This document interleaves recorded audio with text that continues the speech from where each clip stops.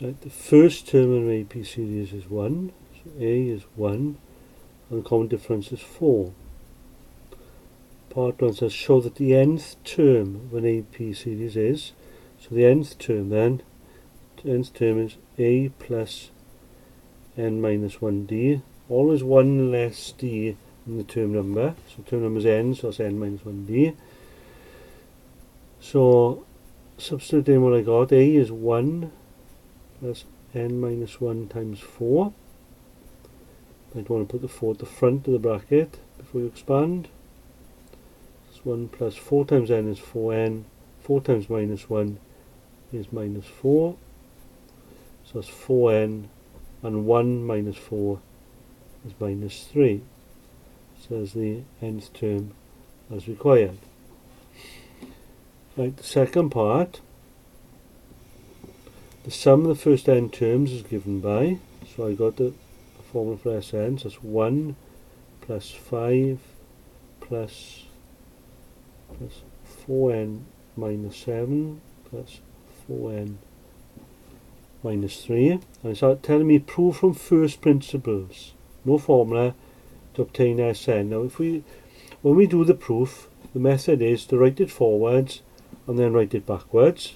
So that's what's telling me to do there, first principles. So I write it backwards then, so the last term comes to the front, then the last but 1 with the second, and so on, and then I match up then the last but 1 with the second and the last with the first, and I then add up both sides, so Sn and Sn is 2Sn, then add these up, 4n minus 3 add 1 is 4n minus 2, 4n minus 7 plus 5 is also 4n minus 2, 4n minus 7 add 5 is 4n minus 2, 4n minus 3 add 1 is 4n minus 2. So every term is the same, and I've done n terms, so there are n of them.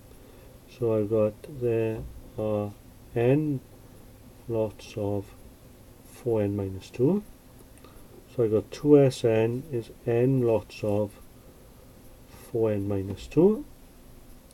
So Sn is n over 2 times 4n minus 2, which isn't quite what the answer is. They don't have a fraction. So the bracket 4n minus 2 as a factor of 2, so I can bring a 2 out of the bracket. 2 into 4n goes 2n, minus 2 into 2 goes once.